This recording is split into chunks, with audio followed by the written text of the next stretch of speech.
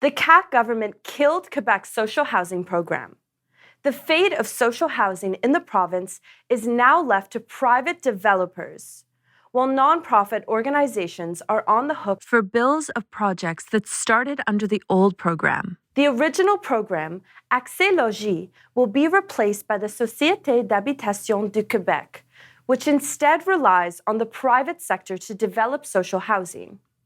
Nonprofit organization Brick by Brick, which builds affordable housing in Parc-Extension, told Local 514 that they're now on the hook for unpaid bills for social housing developments created under AccèsLogis. Our project was due to start construction this year, and we cannot proceed.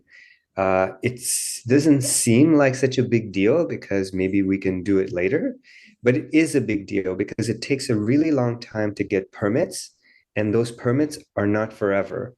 They expire. It also costs a lot of money to prepare projects ahead of time.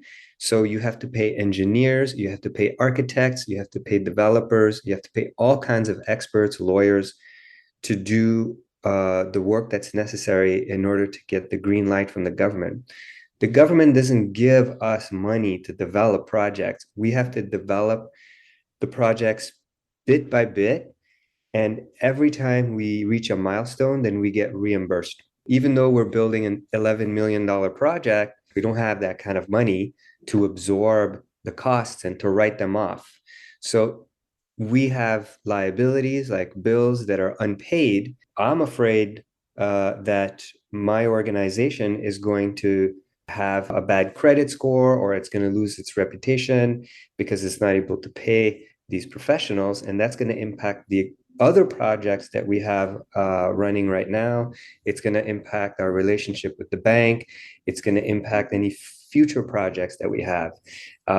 So not only is the way that the government shut down the project problematic for future projects, it's also problematic for existing projects. Abu Ani would not disclose how much Brick by Brick owed, but said that it's not an amount that they could afford. AccèsLogis has been the main source of financing for social housing in Quebec since 1997.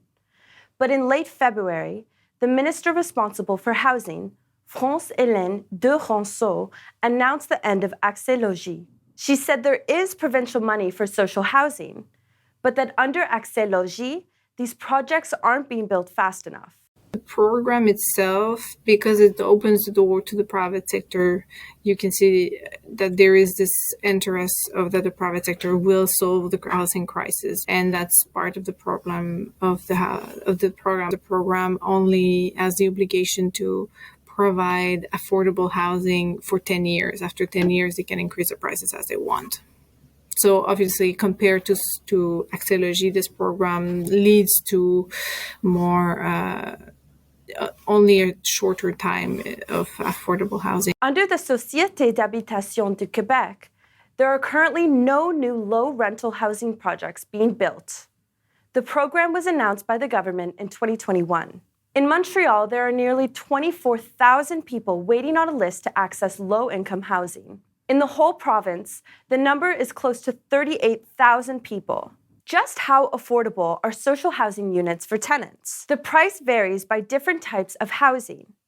There's affordable rental housing, subsidized housing, and non-subsidized housing.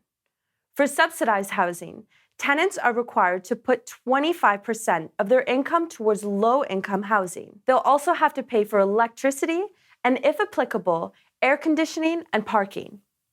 If a household earns $800 a month, they'll be paying $200 for their rent plus added fees.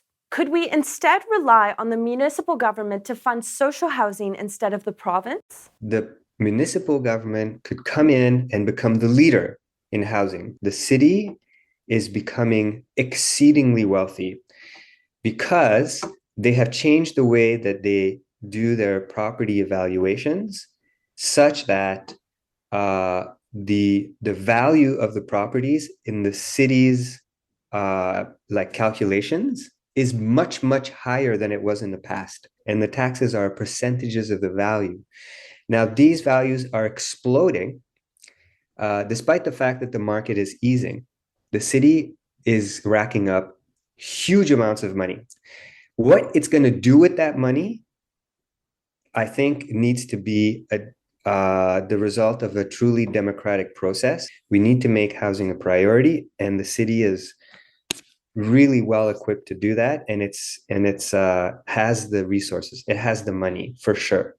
Not all of it. It needs to do a lot of lobbying work. It needs to work with the provincial and the feds. It needs to innovate. If they had a plan, I think they would do great. Are you concerned about the state of access to affordable housing in Montreal? Let us know below in the comments. Sign up for Local 514's newsletter at cutvmontreal.org/local514.